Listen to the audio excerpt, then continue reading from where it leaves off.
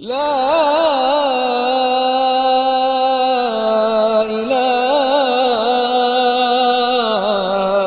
إلا الله.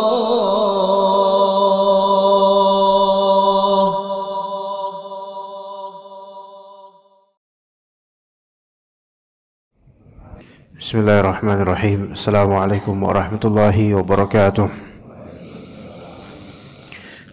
Innal hamdalillah nahmaduhu wa nasta'inuhu wa nastaghfiruh wa na'udzu billahi min shururi anfusina wa sayyiati a'malina. May yahdihillahu fala mudilla lahu wa may yudlil fala hadiya lahu. Asyhadu an la ilaha illallah wahdahu la syarika lahu wa asyhadu anna Muhammadan 'abduhu wa rasuluhu la nabiyya ba'dahu. يا أيها الذين آمنوا اتقوا الله حق تقاته ولا تموتن إلا وأنتم مسلمون فإن أصدق الحديث كتاب الله وخير الهدي هدي محمد صلى الله عليه وسلم وشر الأمور محدثاتها وكل محدثة بدعة وكل بدعة ضلالة وكل ضلالة في النار. أما بعد.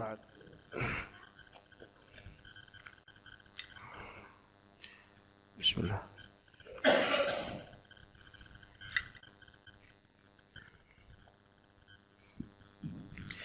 Segala puji bagi Allah Subhanahu wa taala yang kembali mempertemukan kita. Anda tambahkan dengan lafal kembali ini karena wajah-wajahnya familiar ya, tapi ini masjid pertama kali anak ke sini ya, subhanallah. Dan masjid yang mungkin baru bagi anak, namun wajah yang bukan usang ya, tetapi wajah yang familiar ya, wajah yang sangat anak kenal ya, beberapanya alhamdulillah. Semoga Allah Subhanahu wa taala menjadikan kita sebagai para saudara yang memang bersaudara karena Allah Subhanahu wa taala, mempertemukan kita di jalan Allah, bertemu karenanya dan berpisah karenanya. Allahumma amin. Khas sekalian rahimani rahimakumullah. Kita akan membahas tentang beberapa wasiat yang berkaitan dengan fitnah. Yang mana fitnah itu sesuatu keniscayaan di hidup insan, terutama di hidup orang beriman. Itu suatu keniscayaan, berarti pasti. Allah Subhanahu wa taala sudah menjanjikan adanya fitnah dan menjanjikan adanya ganjaran jika treatment kita terhadap fitnah itu proporsional dan sesuai dengan syariat Allah. Allah Subhanahu wa taala berfirman di awal surat Al-Ankabut, Alif Lam Mim, ahasiban nasu ayyutraku ayyaqulu amanna wa hum la yuftanun wa laqad fatanna alladhina min qablihim fala ya'lamanna Allahu alladhina sadaqu wa la ya'lamanna al-kadhibin. Alif Lam Mim. Apakah manusia itu pada menyangka mereka dibiarkan begitu saja mengucapkan kami beriman, terus mereka tidak diberi fitnah? Kami telah memberikan fitnah, yaitu ujian pada orang-orang sebelum mereka, maka Allah Subhanahu wa taala Maha mengetahui siapa-siapa yang jujur dan siapa-siapa yang berdusta. Jadi ini suatu keniscayaan dan kepastian pada orang yang mengatakan kami beriman. Semua yang mengatakan kami beriman. Karena sini yaqulu amanna, mengatakan ahasiban nasu ayyutraku ayyaqulu amanna wa hum la yuftanun. Apakah manusia pada menyangka mereka itu dibiarkan untuk mengucapkan begitu saja kami beriman, mengucapkan saja maka akan ada fitnah setelahnya, gitu loh. Jadi mengklaim saja dengan lisan, maka itu akan terjadi fitnah setelahnya. Gitu. Itu baru mengklaim ya. Maka di sini tidak dikatakan ahasiban nasu ayyutraku ayyuminu, enggak. Apakah manusia pada menyangka mereka dibiarkan beriman begitu saja, bukan. Kalau kan iman di hati. Tapi orang di sini maksudnya adalah kadar minimal manusia untuk diketahui beriman secara zahir itu adalah di ucapannya. Artinya orang kalau mengklaim sesuatu, maka akan ada ujian terhadap klaimnya itu. Ya, ketika kita mengklaim akan suatu hal, suatu kebaikan, suatu nikmat, maka kita akan diuji dengan klaim terhadap klaim kita tersebut, sesuai atau enggak, sesuai atau tidak. Ya. Dan Allah Subhanahu wa taala telah memberikan ujian pada orang-orang sebelum Nabi Muhammad SAW dari para nabi dan rasul. Kemudian di surat Ali Imran ayat 179 Allah Subhanahu wa taala berfirman, "Ma kana Allahu liyadhara al-mu'minina 'ala ma antum 'alaihi hatta yamiza al-khabitha min at-thayyib." Allah Subhanahu wa taala tidak akan membiarkan orang mukmin begitu saja, membiarkan atau meninggalkan orang mukmin ala ma antum 'alaihi, sebagaimana kondisi kalian, hatta yamiza al-khabitha min at-thayyib, sampai terbedakan mana-mana yang khabith, buruk, najis, daripada yang thayyib, yang baik. Jadi fitnah ini akan memberikan pencerahan dan hal yang sangat tampak bagi kita semua, siapa-siapa yang jujur dan siapa-siapa yang tidak jujur, siapa-siapa yang memiliki akidah yang khabith, najis, dan siapa-siapa yang memiliki intention dan juga akidah yang benar. Juga di surat Al-Anfal Allah Ta'ala mengatakan akan hal terjadi fitnah, liyamizallahu al-khabitha min at-thayyib. Allah Subhanahu wa taala bermaksud dari adanya fitnah ini untuk membedakan antara yang khabith dengan yang thayyib, antara yang busuk dengan yang baik. Dan juga di surat Muhammad ayat 31 Allah Subhanahu wa taala menjanjikan keniscayaan terjadinya bala dan fitnah. Kata Allah Azza wa Jalla, "Wa lanabluwannakum hatta na'lamal mujahidina minkum was-sabirina wa nabluwa akhbarakum." Dan lanabluwannakum di sini bahkan ada 3 perkakas untuk penguatan lafal atau konten, yaitu huruf waw, walanabluwannakum. Ini waw ini berkaitan dengan sumpah dan qasam, walaupun bukan qasam langsung, atau sebagian mengatakan jawab lil qasam. Dan di sini waw untuk menekankan, la nabluwannakum, walanabluwannakum. Lam di sini juga untuk stressing dan juga menekankan. Kemudian tasdid dalam huruf nun, walanabluwannakum, ini juga merupakan takkid, yaitu menguatkan kalimat. Jadi ketika suatu kalimat yang berisikan konten informasi, ya, kontennya adalah informasi, dan kemudian ada triple stressing, 3 kali penekanan melalui perkakas-perkakas penekanan dalam lafal, maka ini menunjukkan kesungguhannya kalimat ini dan kepastiannya, gitu loh. Seperti misalnya, saya benar-benar sungguh bakalan memukul kamu misalnya. Ini kan berarti stressingnya tinggi sekali, sampai 3 kali. Saya sungguh-sungguh bakalan benar-benar gitu. Maka ini sangat kuat. Ini menunjukkan Allah Ta'ala menginginkan kita memperhatikan hal ini lebih-lebih, bahwasanya lanabluwannakum, kami akan memberikan ujian pada kalian, hatta na'lamal mujahidina minkum was-sabirin, hingga kami mengenal siapa-siapa yang mujahid di antara kalian dan orang-orang yang sabar. Taib di sini hatta na'lama, sampai kami mengetahui siapa yang berjihad di antara kalian. Taib. Apakah ini menunjukkan bahwasanya Allah Ta'ala tidak mengetahui sebelum mengetahui? Ya, di sini di surat Al-Ankabut juga seperti itu, ya, di surat Muhammad juga seperti itu, walanabluwannakum hatta na'lamal mujahidin minkum was-sabirin. Kami akan uji kalian hingga kami mengetahui orang-orang yang berjihad di antara kalian dan orang sabar. Seolah-olah bagi orang awam ini berarti sampai kami mengetahui, berarti sebelum Allah tahu, ya berarti belum tahu gitu loh. Maka gimana dong jawabannya? Maka jawabannya bahwasanya ilmu Allah Azza wa Jalla, kalau kita beristiqra atau meriset ayat-ayat Al-Quran yang menjabarkan tentang Allah Ta'ala mengilmui sesuatu, maka kita akan dapatkan klasifikasi ilmu Allah terbagi menjadi 2 macam. Yang pertama, ilmu Allah yaitu bahwasanya Allah Ta'ala maha mengilmui atau mengetahui secara komplit dan sempurna dari sebelum terciptanya benda ini, bahkan Dan ini ilmu yang berkaitan ilmu azali Allah Azza wa Jalla yang sudah ada dan akan selalu ada dan sempurna ini. Itu yang pertama. Sehingga Allah Ta'ala tahu sebelum terjadi sesuatu. Adapun yang kedua, pengungkapan ilmu Allah yang kedua, yaitu ilmu yang berkonsekuensi sesuatu. Ilmu yang berkonsekuensi sesuatu. Ya. Ilmu yang berkonsekuensi perbuatan Allah berikutnya, yaitu memberikan ganjaran pahala dan atau memberikan hukuman. Ya, seperti di surat Al-Ankabut misalnya. Walaqad fatanna alladhina min qablihim fala ya'lamanna Allahu alladhina sadaqu wa la ya'lamanna al-kadhibin. Kami telah memberikan ujian dan fitnah kepada orang-orang sebelum mereka.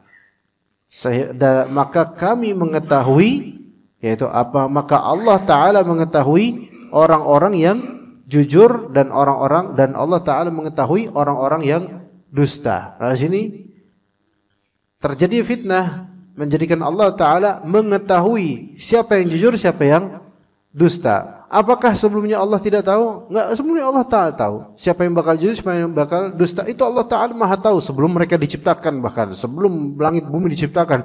Allah maha tahu siapa yang jujur, siapa yang tidak jujur.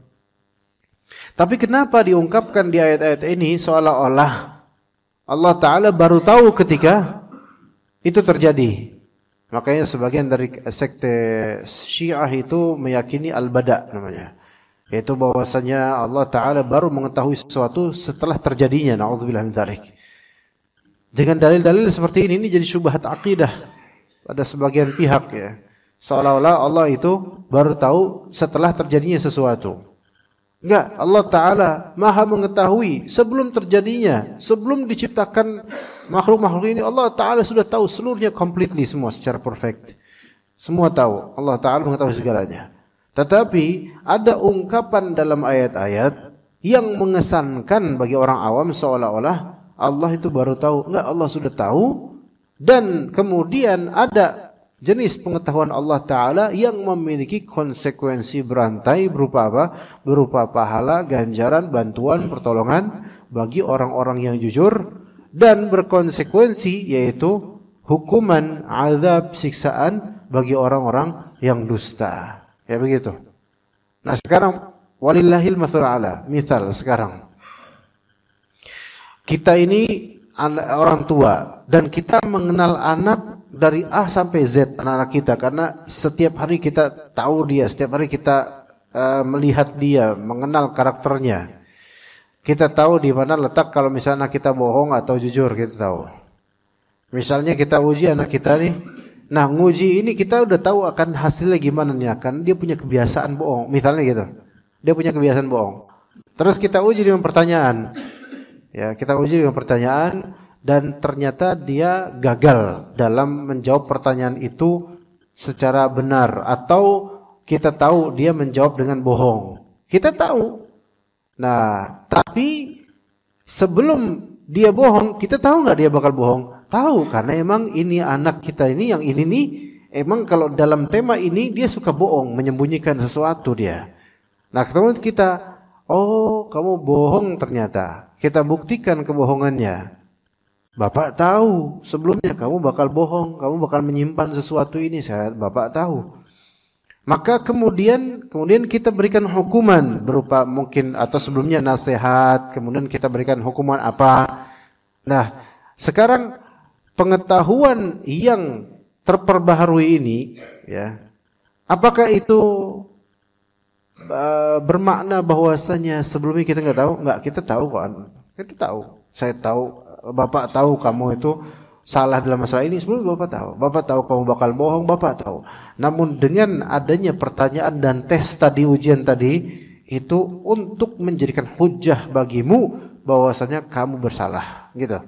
Nah, orang-orang juga begitu kita ini. Kita kalau misalnya diberikan nikmat oleh Allah, itu hakikatnya kan ujian dan bisa menjadi fitnah. Bisa levelnya menjadi fitnah. Tapi gini, manusia beriman itu, dia terkena fitnah apapun, dia kembali ke Allah dan dia melihat dosa-dosanya. Karena disitulah ujian kejujuran dia. Orang itu baru betul-betul tampak jujur atau tidak itu ketika dia terkena fitnah atau musibah atau ujian atau bala dan semisal itu. Seandainya hidup ini flat aja tanpa ada ujian, ibarat bumi yang datar begitu aja, nggak ada gundukan, nggak ada laut, nggak ada goa, nggak ada gunung, seandainya gitu-gitu aja, maka nggak terketahui siapa orang yang kuat menanjak dan siapa yang tegar menurun. Tapi Allah Ta'ala kasih hidup ini seperti roda berputar, kadang di atas, kadang di bawah. Disitulah ujiannya, gitu. Disitulah ujiannya. Ketika antum jalan di tol Cipali, ya misalnya, ya lurus-lurus aja, ya tenang-tenang aja, tenang-tenang aja. Tapi coba kalau misalnya ya sebenarnya tenang itu malah justru mengerikan sebenarnya, karena bakal ngantuk, ujung-ujungnya menerobok kan gitu. Nah, kalau misalnya kita jalan di tol yang cukup macet atau mungkin di jalanan-jalan alternatif yang belok-belok, di situ diuji seorang skillnya. Kalau misalnya kita lebaran ternyata lewat jalur yang normal itu macet luar biasa, maka dialihkan oleh polisi ke jalur-jalur yang sempit, dan disitulah diuji mana yang memang dia master dalam driving, mana yang orang ini newbie dalam driving. Itu akan diuji. Dan semua akan diuji, semua akan diuji. Semua dari kita akan diuji. Tinggal kita itu mau ke Allah apa enggak, mau jujur apa enggak gitu loh. Jadi bukan aib seseorang mendapatkan musibah, bukan aib seseorang mendapatkan fitnah. Tapi aib seseorang muslim jika dia dapat musibah, fitnah dari nikmat atau apapun itu, namun dia tidak tahu bagaimana dia mentreatment musibah dan ujian ini. Itu aib, ya, itulah aib, itu aibnya. Jadi kalau kita melihat ada seorang dapat musibah, maka kita tidak sedang melihat aurat dia, bukan. Tapi kita sedang melihat dia itu bakal bagus enggak sikapnya menghadapi musibah ini, atau dia gagal dalam menjalani tes ini. Itu. Ya, maka enggak boleh kita mengaibi atau mencela orang-orang yang sedang kesulitan atau kena musibah atau fitnah.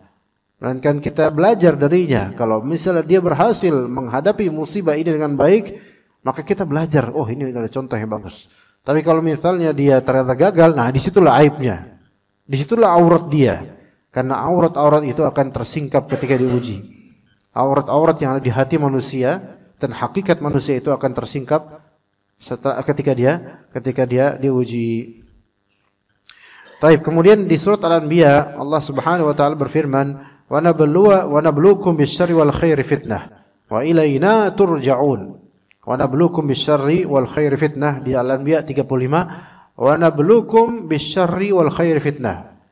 Dan ini suatu kaidah yang wajib untuk selalu kita perhatikan setiap hari, setiap jam, setiap menit, setiap detik bahkan. Kami menguji kalian dengan dua hal. Dua hal yang kontradiktif secara sifat, yaitu asyar dan al-khair. Keburukan dan juga kebaikan. Keburukan itu ujian, kebaikan juga ujian. Maka segala hal sebenarnya di muka bumi ini yang terjadi di hidup kita yaitu ujian. Wa nabluukum bisyarri wal khairi fitnah. Syar itu mungkin apa yang tidak kita suka, misalnya penyakit, kesulitan, kemiskinan, kefakiran, perselisihan, itu syar. Itu ujian juga, ya ujian jelas itu. Semua orang sepakat itu ujian buat kita. Kemudian al-khair ini yang banyak orang termindsetkan bahwasanya al-khair itu bukan ujian. Al-khair ini adalah apa yang secara syar'i itu baik buat kita ataupun yang kita anggap baik secara personal. Maka ini al-khair. Walaupun kadang-kadang haram, tapi pokoknya al-khair apa yang kelihatannya baik apapun itu semua sebagai fitnah, sebagai fitnah. Nah, inilah dunia. Dunia enggak luput dari fitnah dan ujian. Maka al-khair itu fitnah, ujian. Wa nabluukum bisyarri wal khairi fitnatan. Ini sebagai takkid. Nabluukum, kami uji kalian. Fitnah, ujian. Kami uji kalian dengan keburukan dan kebahagiaan dan kebaikan sebagai sebagai ujian. Jadi diulang lagi itu maknanya. Ini untuk stressing agar kita betul-betul memahami secara komprehensif kehidupan kita itu penuh dengan ujian dan tidak akan luput darinya. Kebaikan apapun itu, setiap nikmat itu akan ada tumbalnya di kehidupan dunia ini. Setiap nikmat itu akan ada ujiannya di kehidupan dunia ini. Maka manusia ketika tidak mau mengambil resiko dari nikmat dunia ini, maka dia enggak perlu menikmati itu. Manusia ketika tidak mau atau tidak siap mengambil resiko dari nikmat yang dia inginkan, maka mendingan dia enggak usah bercita-cita. Udah dia nyerah aja apa adanya. Kalau antum pengen jadi orang kaya, pengen punya ini, pengen punya itu, maka antum harus siap dengan risiko keduniaan yang terwujud pada orang-orang kaya gitu. Pajak, dengki manusia, dan banyak hal yang kita nggak pernah prediksikan bahwa itu akan terjadi ketika kita kaya misalnya. Dan seterusnya, antum pengen punya anak banyak misalnya. Nikmat jelas itu nikmat, bisa menjadi kebanggaan. Tapi di perjalanan menikmati kenikmatan ini, itu pasti ada apa? Pasti ada fitnahnya. Maka kalau nggak siap dan nggak mau dapat fitnah dan ujian dari kenikmatan, maka ya udah, nggak usah bercita-cita akan nikmat itu. Nah, yang paling tinggi levelnya adalah kita bercita-cita ingin mendapatkan surga Allah Azza wa Jalla. Maka kita harus siap-siap dengan risiko pencapaian menuju surga itu. Kalau misalnya kita tidak siap dengan perjalanan yang berisiko ini menuju surga, maka ya udah nggak usah cita-cita. Berarti kita nggak bisa lari dari fitnah sebenarnya, karena manusia itu punya rencana, punya keinginan, dan itu fitrahnya. Zuyyina lin-nasi hubbus syahawati minan nisa'i wal banina wal qanatiril muqantarati minadh dhahabi wal fiddati wal khailil musawwamati wal an'ami wal harth. Dihiaskan untuk manusia itu cinta akan syahwat. Dan di antara fitnah adalah fitnah syahwat. Hubbus syahwat. Jadi hub itu ada di hati, syahwat itu keinginan hati. Yaitu suka dengan apa yang dia inginkan. Dari apa? Disebutkan oleh Allah minan nisa, lawan jenis perempuan, bagi laki-laki perempuan. Ini syahwat menuju perempuan. Itu wajar normal. Ya enggak tercela lah. Yang tercela kalau misalnya antum laki-laki orientasinya ke sesama. Ini Anda nggak mau lanjut karena kalau disebutin terus nanti direkam YouTube, nanti di-track oleh YouTube, nanti diblokir lagi ya YouTube Anda gara-gara masalah seperti itu ya. Syahwat terhadap perempuan. Ini fitnah nggak? Bisa menjadi fitnah. Bahkan Nabi SAW juga menyebutkan tidak ada yang ditinggalkan dari fitnah yang lebih besar kepada umat ini daripada apa? Terhadap laki-laki daripada fitnah apa? Fitnah nisa. Maka ini fitnah tersendiri. Ini fitnah, ujian. Tapi seseorang ketika menikah, dia dari masa bujangnya menuju pernikahan, dia ngira bahwa kalau udah nikah pasti bahagia forever kayak Cinderella gitu. Di apa kisah-kisah Cinderella atau apa gitu. Romeo Juliet, Romeo Jupiter, Romeo siapa lah? Juliet ya. Nah itu kemudian they live happily ever after gitu. Habis itu mereka kemudian hidup bahagia selamanya.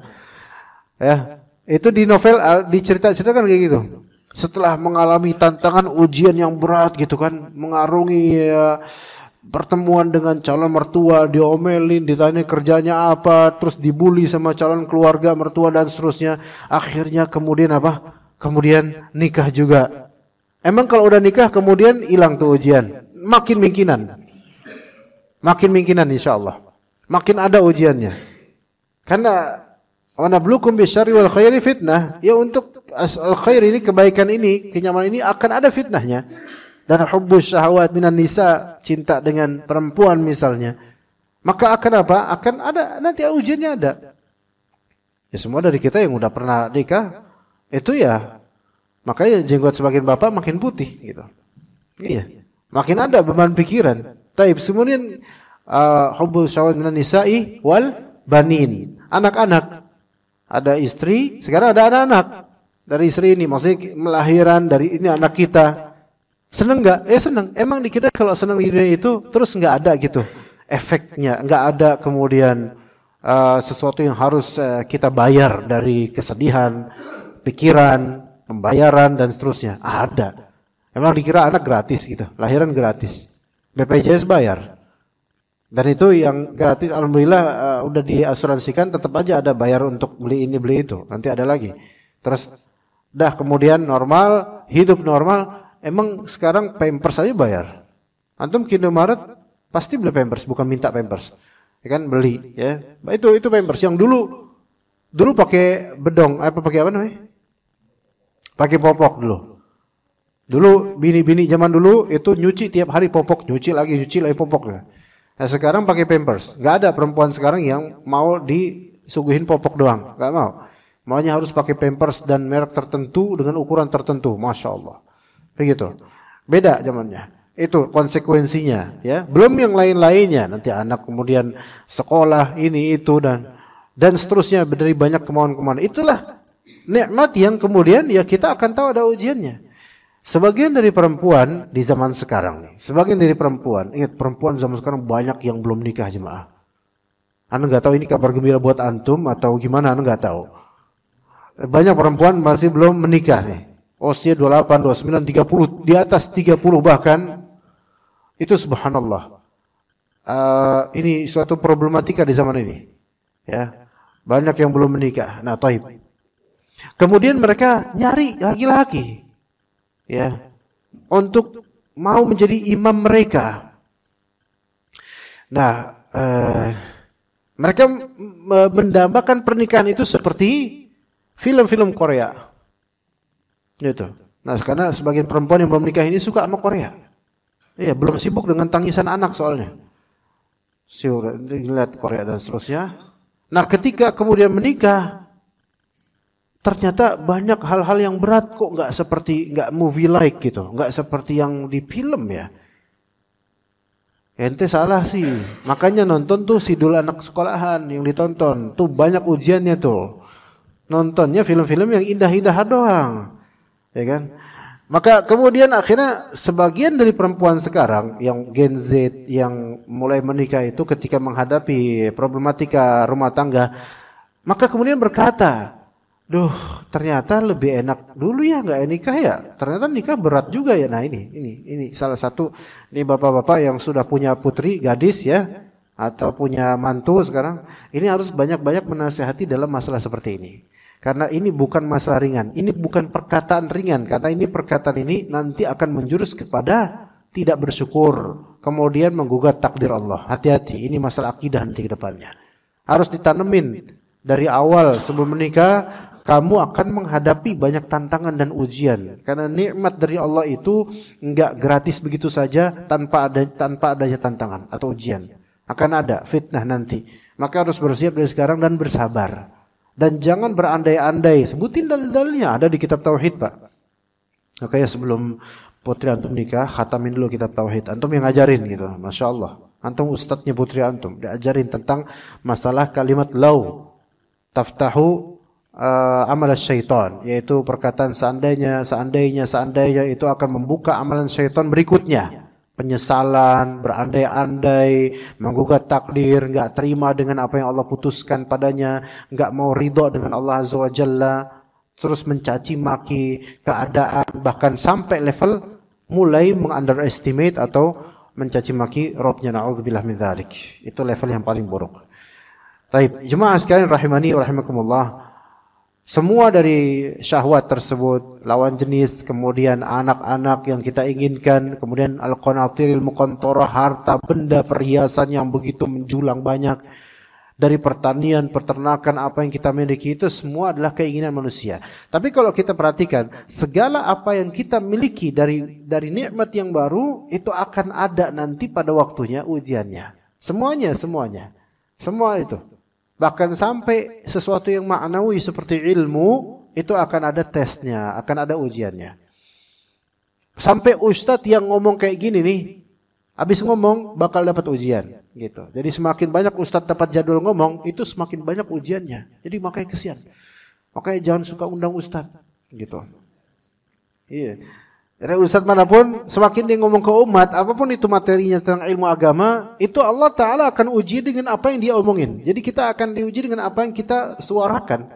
Kita nasihatin anak, kita nasihatin orang, kita bakal diuji dengan ujian itu. Dengan omongan kita. Kita akan diuji dengan apa yang kita omongkan gitu loh. Akan Allah uji. Ya begitu, maka harus siap dengan apa yang Allah Ta'ala berikan dari nikmat ini. Orang semakin berilmu, semakin ke manhaj salaf, ya ujiannya semakin berat, semakin ada. Di situ akan ketahuan ini orang jujur enggak mau ke manhaj salaf. Kalau enggak jujur ya dia bakal mental dan mementalkan dirinya sendiri kayak kutu kucing. Bakal mental dia. Enggak betah udah. Enggak betah. Karena ternyata ujiannya banyak. Nah, dia lari dari manhaj salaf yang ujiannya itu memang besar menuju ujian dan musibah yang lebih besar lagi. Karena seseorang itu sudah tidak minat dengan manhaj salaf, itu sudah menjadi musibah ma'nawiyah personal untuk dirinya. Begitu jemaah sekalian. Baik, di antara atau bahkan bisa dikatakan bukan di antara, paling khatirnya, paling bahayanya fitnah terhadap qalbu manusia itu ya tentu yang kata Ibnu Qayyim dalam Ighathatul Lahfan, yaitu fitnah syubhat dan fitnah syahwat. Fitnah syubhat dan fitnah syahwat. Itu adalah fitnah terbesar. Bahkan umumnya fitnah yang menjangkiti hati manusia adalah dua ini udah. Fitnah syubhat dan fitnah syahwat. Meskipun pada umumnya fitnah syubhat itu lebih serem, lebih mengerikan, lebih tinggi kelasnya dibandingkan fitnah syahwat, tetapi fitnah syahwat tidak boleh diremehkan. Bahkan kerap kali fitnah syahwat yang dipelihara itu malah menjurus nanti ujung-ujungnya kepada syubhat. Karena orang yang pengen menuntaskan syahwatnya kerap kali melegitimasi syahwatnya dengan syubhat-syubhat. Itu. Jadi orang yang dia ada syahwat di hatinya, itu kerap kali memverifikasi atau memvalidasi fitnah tersebut atau syahwat tersebut dengan apa? Dengan syubhat, supaya seolah-olah baik, seolah-olah diterima. Ini musibah lagi nih. Jadi tidak bisa kita remehkan, ini kan masih fitnah syahwat. Fitnah syahwat banyak juga orang gara-gara syahwat dia melegalkan yang haram, menghalalkan yang haram. Itu ada yang seperti itu. Maka tetap tidak bisa diremehkan. Dan kemudian kalau misalnya itu secara individual ya. Tapi kalau misalnya secara kemajmu'an masyarakat, society, umumnya masyarakat, maka fitnah terbesar itu adalah fitnah al-qital bainal muslimin, yaitu peperangan antar kaum muslimin. Jadi kalau fitnah personal, fitnah terbesar adalah syubhat dan syahwat. Tapi kalau misalnya secara non personal, yaitu secara society, secara sosial, maka fitnah terbesar adalah pembunuhan atau peperangan antar kaum muslimin gitu. Itu fitnah yang terbesar dari segi sosial. Dari segi sosial, karena levelnya ini sudah mainan darah. Nah, Nabi SAW menyebutkan solusi dan manhaj serta treatment terhadap fitnah yang besar ini, yaitu yang terjadi di antara kaum muslimin berupa peperangan, ya, pertumpahan darah antara kaum muslimin. Maka kata Nabi SAW, satakunu fitanun al-qa'idu fiha khairun minal qaim. Akan terjadi fitnah-fitnah yang ketika itu orang yang duduk saat fitnah tersebut terjadi itu lebih baik daripada orang yang berdiri. Wal qaimu fiha khairun minal mashi. Dan orang yang berdiri saja ketika fitnah itu terjadi itu lebih baik daripada yang berjalan. Wal mashi fiha khairun minas sa'i. Dan orang yang berjalan di saat fitnah itu terjadi lebih baik dibandingkan orang yang berlari. Artinya semakin slow gerakan Anda ketika terjadi fitnah, pembunuhan dan kekacauan, maka itu semakin baik keadaan Anda sebenarnya. Dan semakin Anda bergerak ketika terjadi fitnah ini, maka semakin buruk keadaan Anda. Maka semakin nimbrung, itu semakin buruk. Dan semakin menghindari diri darinya, itu semakin afdol. Begitu. Kata Nabi SAW juga, tapi ada juga fitnah yang memang ini menjangkiti baik personal dan sosial sekaligus. Yaitu apa? Fitnah kufur, syirik yang terjadi pada kaum muslimin atau sebagian muslimin. Dan Nabi SAW menyebutkan dalam hadis yang masyhur, badiru bil a'mali ka qita'il lailil muzlim. Ya. Badiru bil a'mali fitanan ka qita'il lailil muzlim. Badiru bil a'mal, al-mubadarah yaitu al-musara'ah, al-istibaq yaitu bergegas. Bergegaslah cepat-cepat untuk beramal. Bil a'mal, bahkan bil a'mal ini dengan plural, dengan jamak, menunjukkan jangan cuma satu amal kalau bisa, banyak-banyak amal dengan varian amal.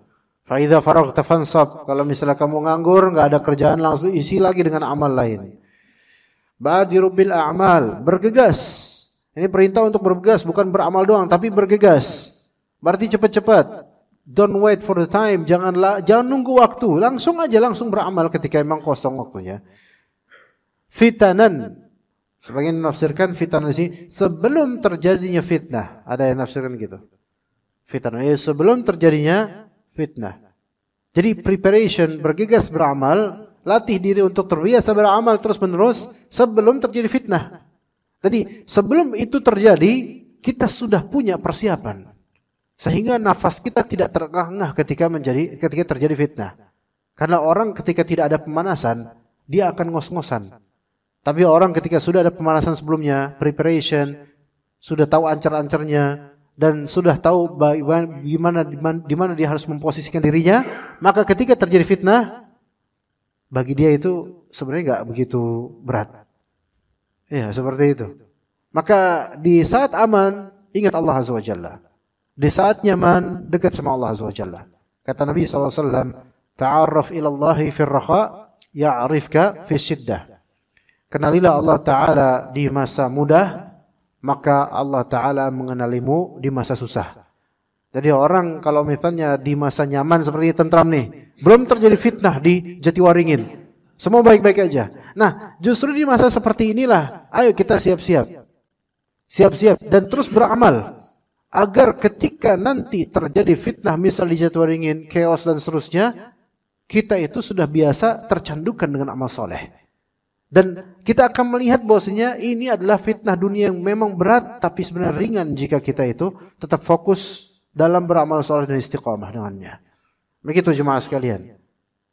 Inilah yang membuat para ulama, para salafus saleh, para penuntut ilmu, kenapa mereka dengan segala problematika kehidupan mereka, antum akan melihat mereka ini tetap tegar dan kelihatan kayak orang yang nggak punya masalah.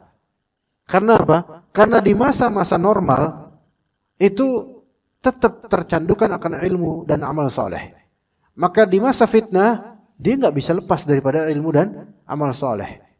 Berbeda dengan orang-orang yang mindsetnya kebalik, terjungkal. Termasuk diantaranya misalnya orang-orang harokiyin misalnya. Mereka di masa senang mencela pemerintah. Apalagi kalau terjadi fitnah, udah habis pemerintah. Nggak ada baik-baiknya, udah makin mungkinan.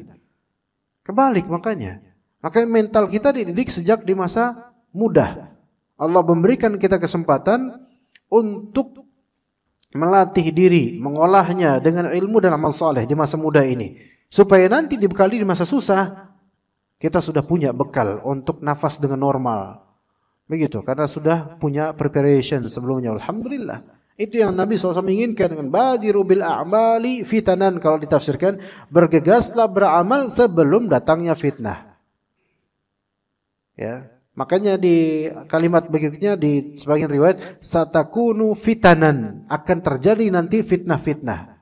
Jadi sebelum terjadi fitnah-fitnah bergegas cepat-cepat, kalau beramal soleh cepat-cepat. Beramal solehlah sehingga terbiasa. Sehingga tetap bisa fokus dalam beramal soleh. Begitu. Satakunu fitanan dalam riwayat lain. Kaqita'il lailil muzlim. Satakunu fitanan kaqita'il lailil muzlim. Yang mana fitnah-fitnah ini seperti potongan malam-malam yang gelap. Taib. Apa maksud dari lafal-lafal ini? Jadi ada tasbih dan penyerupaan. Fitnah itu dikiaskan, diserupakan dengan potongan-potongan malam yang sifatnya gelap. Jadi malam itu terpotong-potong. Dan malam itu semuanya gelap gitu. Maksudnya apa? Begini, kita ketika melihat malam hari, mulai misalnya maghrib, makin hitam, makin gelap gitu kan. Dan kemudian syafaq ahmar yang ada di ufuk barat sana itu mulai tidak terlihat di waktu Isya. Berarti udah kelas komplit gelap. Makin lama makin gelap, makin gelap. Maka ini seperti malam yang terpotong-potong itu kan makin fasenya makin lama makin gelap, makin gelap, makin gelap. Nah, apa maksud dari ini? Karakteristik fitnah itu sebenarnya adalah seperti malam hari. Karakteristik fitnah itu seperti malam hari. Yang itu semakin lama semakin dalam gelapnya. Maka jangan Anda terseret ke malam itu. Jangan Anda terseret ke fitnah itu. Nabi SAW katakan solusinya apa? Banyak beramal. Bahkan dalam hadis lainnya itu memang disuruh apa? Ihfaz lisanak, jaga lidahmu, wabki ala khati'atik, dan tangisilah dosa-dosamu sendiri. Itu. Enggak seperti yang disabdakan oleh orang awam. Kita harus tahu, kita harus turun ke jalan, kita harus ini, dibahas terus. Sekarang ada kasih contoh nih sebenarnya, ini masalah politik juga, tapi masalah, ya pokoknya masalah mereka. Anda tanya ke antum jemaah, selama ini antum ngaji di Bina Lindung, di sini, di tempat lain, dan antum beramal soleh, cari nafkah dan seterusnya. Antum dapat imbas nggak dari masalah ijazahnya Pak Fulan? Anda tanya antum jujur, antum dapat imbas nggak dari palsu atau tidaknya ijazahnya Pak Fulan? Anda tanya. Enggak, Apakah itu mengurangi jumlah jenggot antum? Enggak. Jatah porsi makanan antum? Enggak berkurang, malah antum makin nambah juga. Oke, apa efeknya bagi antum coba? Apa bagi kita? Ada enggak? Enggak ada. Tapi sekarang kalau misalnya nih, udah enggak ada efeknya bagi kita, terus kita urus. Minimal kita lihat media sosial terus, kita urus, kita update lagi omongan orang, kita ambil semua. Coba sekarang yang bahlul siapa sekarang? Antum nggak ada efeknya bagi antum. Ini bermasalah juga. Ini masalah orang. Terus apa efeknya? Kalau misalnya palsu pun antum terus rugi nggak kira-kira? Enggak, kan bukan antum yang palsu. Kalau misalnya asli antum kena untungnya nggak? Enggak juga. Lah terus ngapain dibahas? Ini kan orang-orang pada ngebahas. Berita-berita di mana-mana. Ya ini semua permainan semua ini. Nah, terus kita ngapain coba? Nah ini kan fitnah nggak ya? Ini fitnah bagi orang tuh fitnah ini. Permainan seperti ini fitnah. Minimal fitnah di mindset atau di pikiran dia jadi terfitnah dengan apa? Mendalami masalah ini. Cukup tahu aja udah kelas. Dan ini semua permainan sebenarnya. Semua udah biasa dari tahun kapan semua bermain. Media juga bermain. Udah, kita mau aja digiring permainan ini kemudian. Yang mana ketidaktahuan kita tidak bermudarat buat kita, taunya kita tentang itu juga tidak bermanfaat buat kita. Udah. Lanjutin aja ilmu dan amal, kan gitu. Tapi bagi sebagian orang sih, enggak, kita harus tahu ini demi kehormatan bangsa negara. Alah, antum ini. Udah, anak udah pusing gitu. Udah enggak usah. Udah pusing sama anak istri. Udah enggak usah dipusingin sama anak aja sampai sekarang ijazah LIPI aja enggak ambil.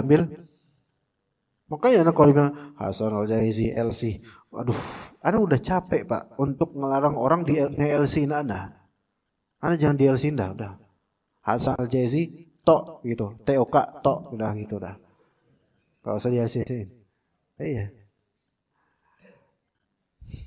Ini ngapain kita ngurus kayak gitu coba? Nggak, ini jadi fitnah. Bagi kita kan apaan sih ini ngapain ngurus? Jadi kita jauh dari fitnah ini. Tapi orang banyak yang terfitnah. Banyak yang terus komentar ribuan, ratusan ribu komentar. Dikira bahwa saya komentar itu nggak dicatat sama malaikat, dicatat. Tuh lihat tuh orang kalau udah terfitnah tuh, nggak mikir dah, ngomong jorok, ngehina, ngedit, jadiin meme dan seterusnya. Subhanallah. Inilah fitnah, ini fitnah. Dan kita akan melihat orang-orang yang ngurusin ini, kita lihat amal ibadah mereka. Bukan berarti kita merasa di hadapan Allah jauh lebih baik ya, bukan Allah lebih tahu. Tapi kita lihat amal ibadah mereka, jauh dari ketaatan. Jauh, sibuk dengan hal-hal seperti ini.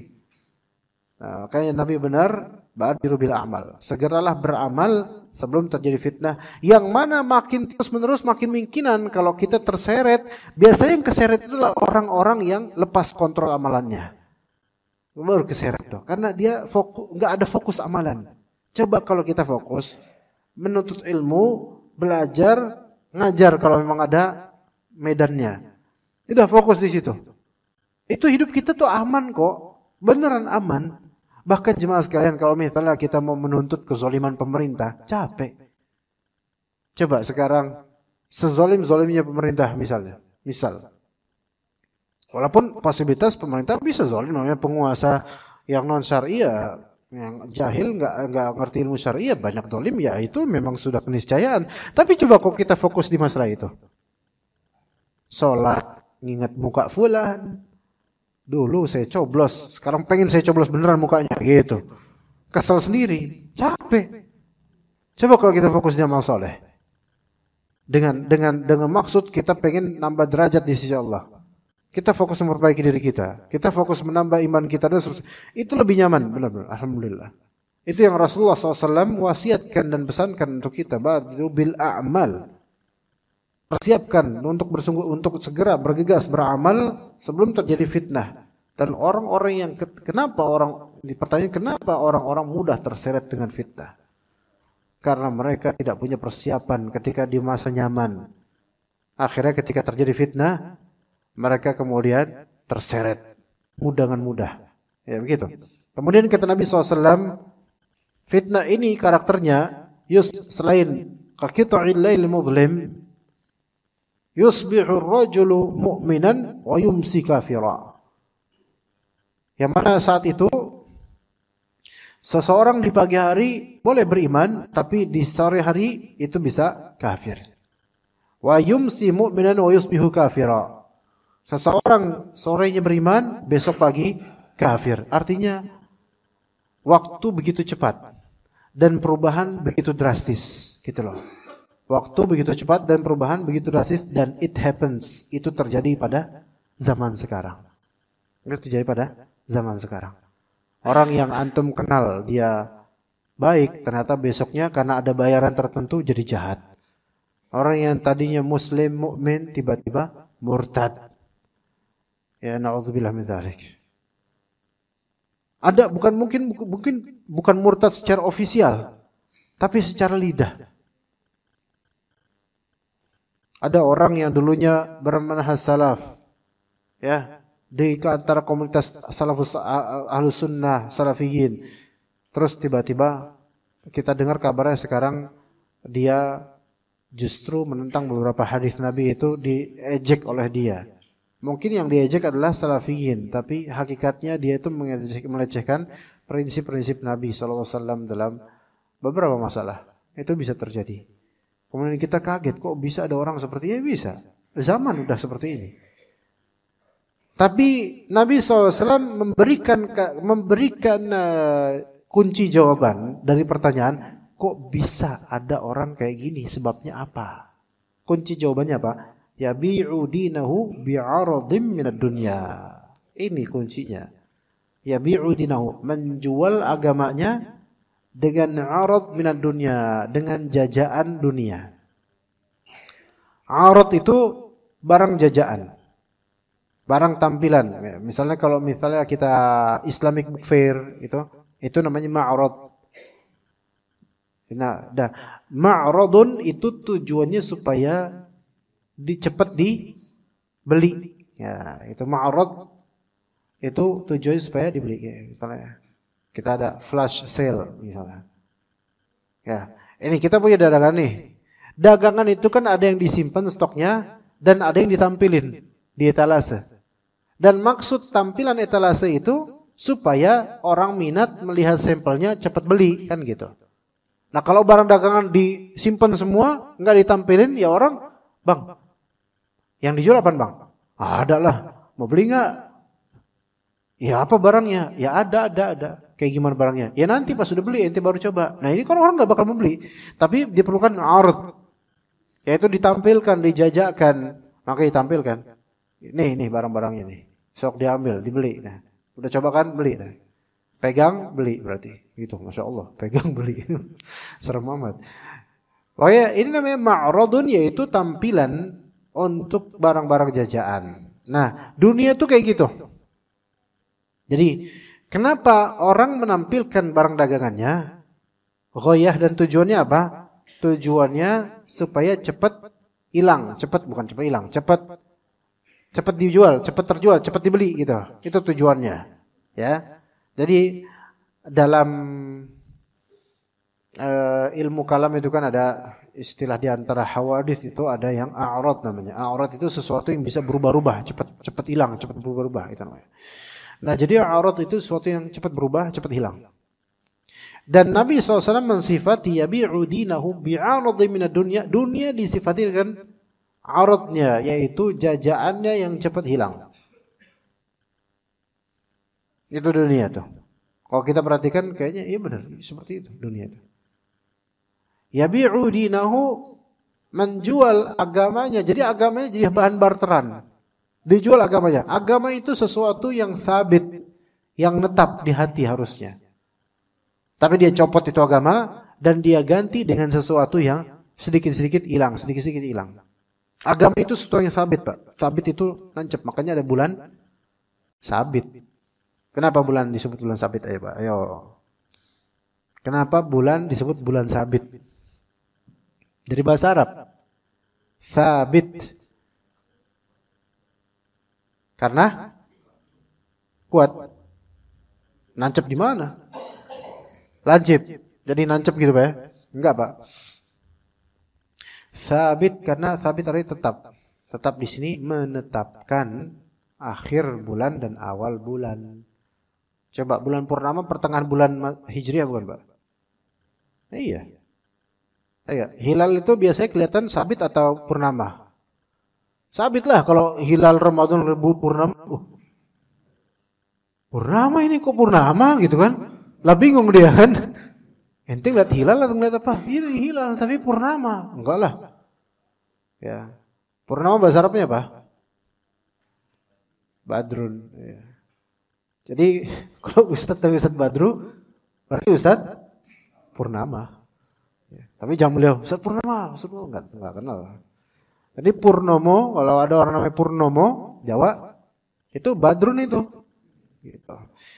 Nah, jadi Badrun itu kan full moon gitu kan? Itu Badr itu.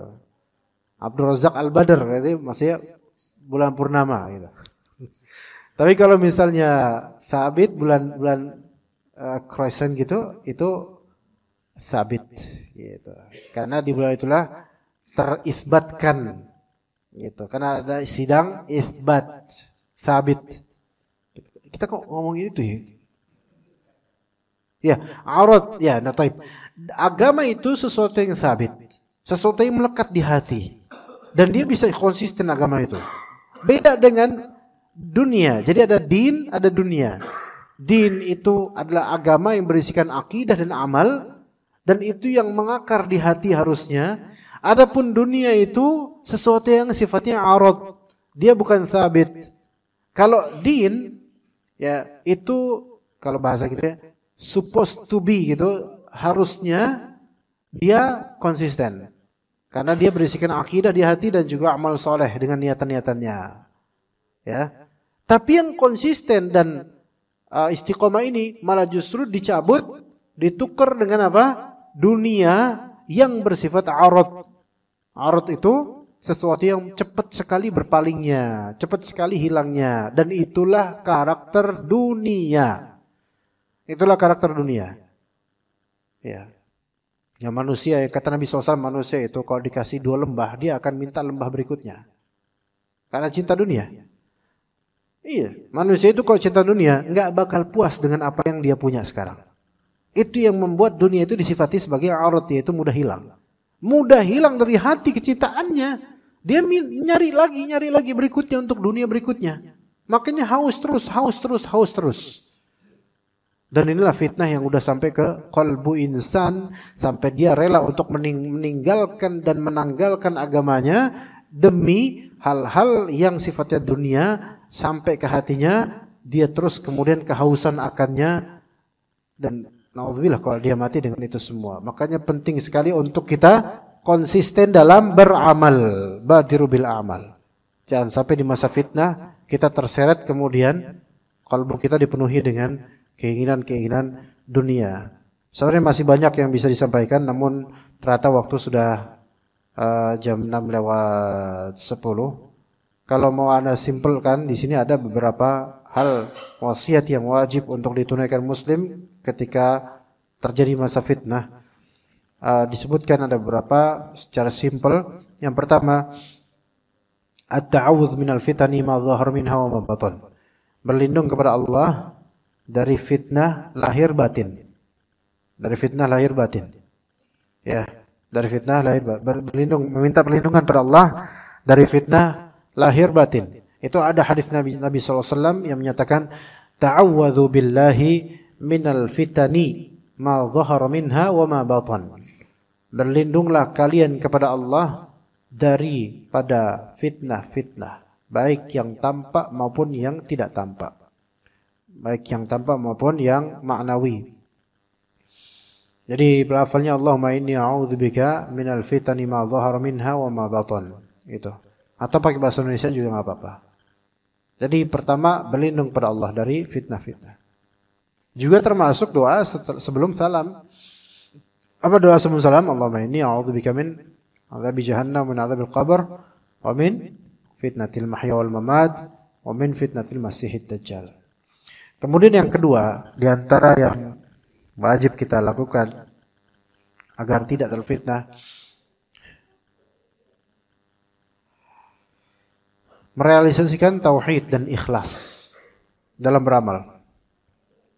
Merealisasikan tauhid dan ikhlas dalam beramal. Jadi beramal harus ikhlas.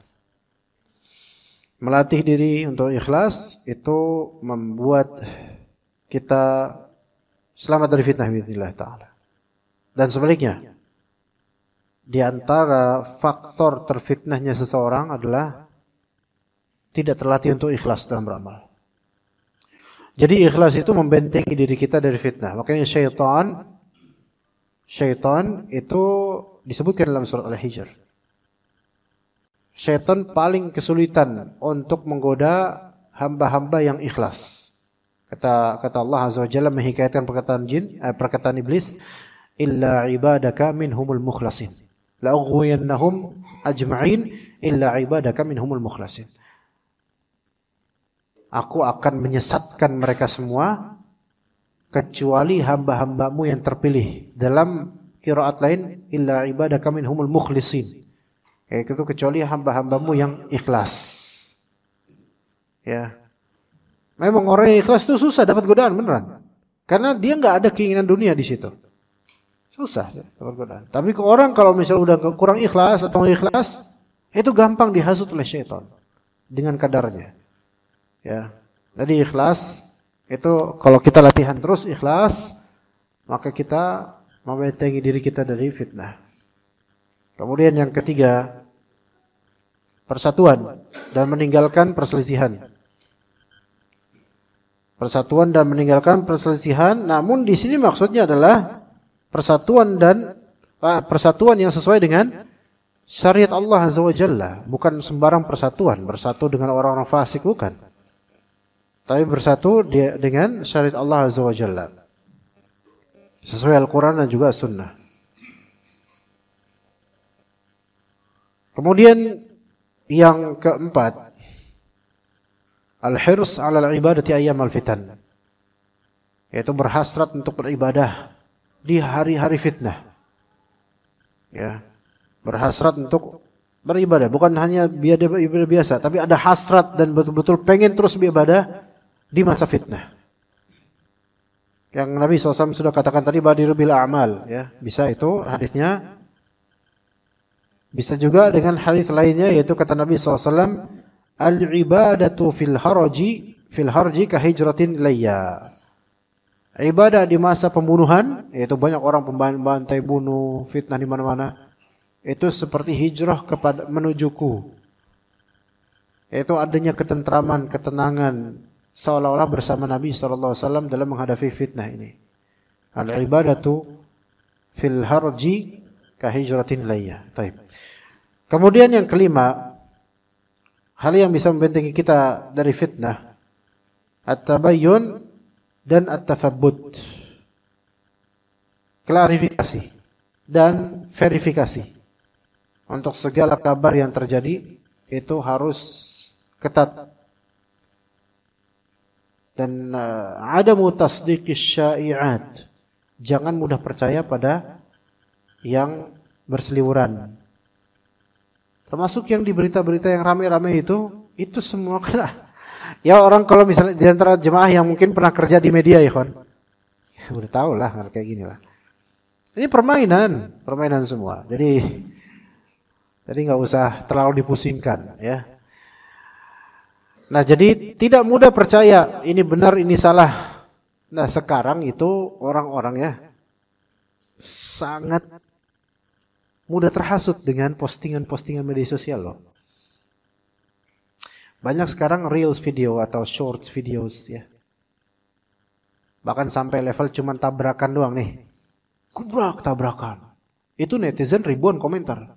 Yang salah truk, yang salah motor, yang salah yang ngerekam, kenapa nggak ditolong, semua pada komentar. Kita yang baca, Ya, semua orang pada terfitnah semua. Padahal kita juga terfitnah dengan membaca komentar-komentar itu. Oke. Lihat orang mempermasalahkan, nyala-nyalain. Padahal ente kalau diem, sebenarnya ente tenang. Ketika ente malah justru ikutan, nimbrung, terus ngata-ngatain, banyak yang komentar, mencela, kemudian di sinilah itu keseret sebenarnya, subhanallah. Cuma kalau kita diem nggak usah, bukan urusan saya gitu kan. Ini juga nggak tahu ternyata tabrakannya dikira di Indonesia, ternyata di Thailand, mukanya mirip. Coba nggak solving problem, antum dapat masalah, dosa dapat karena ngata-ngatain dan seterusnya. Sok tahu lagi. Kita nggak verifikasi, nggak tasabun, nggak tabayun. Seandainya kita ada di tempat tersebut, mungkin kita akan berpendapat lain. Tapi kita hanya melihat di screen, di CCTV atau di orang yang ngerekam. Dan banyak hal. Subhanallah lah sekarang ini. Jadi syai'at itu adalah sesuatu yang sekarang bahasanya viral gitu. Viral.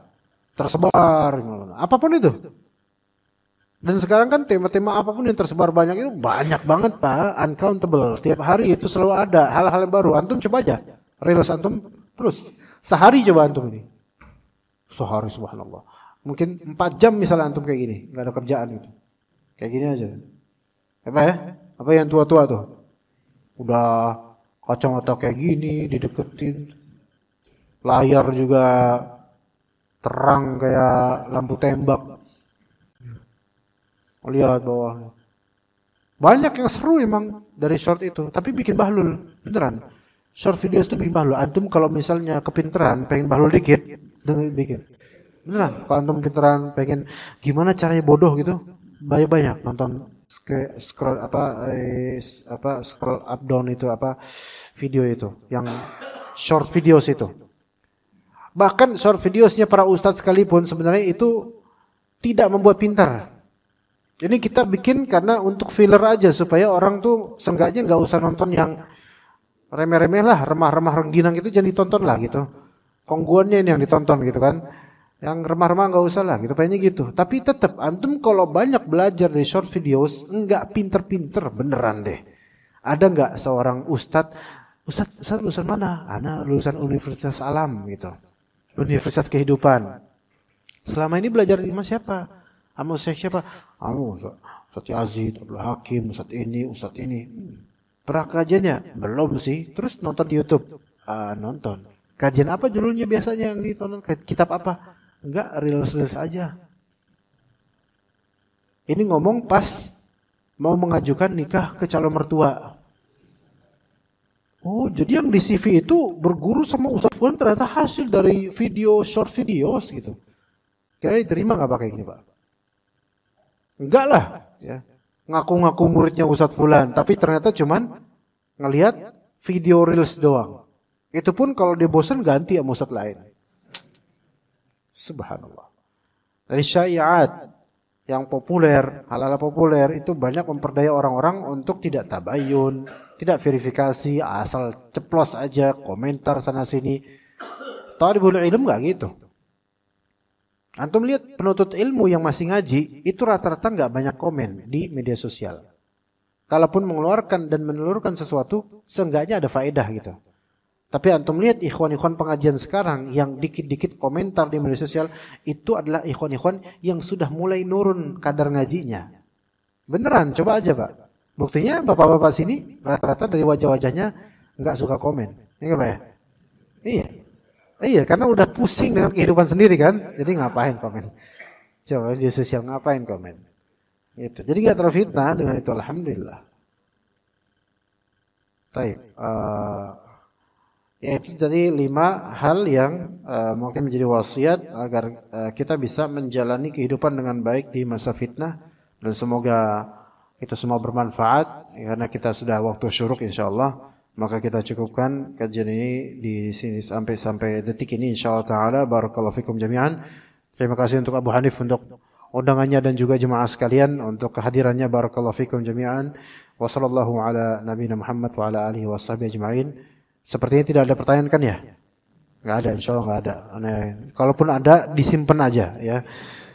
Subhanakallahumma bihamdika asyhadu an la ilaha illa anta astaghfiruka wa atubu ilaik. Assalamualaikum warahmatullahi wabarakatuh.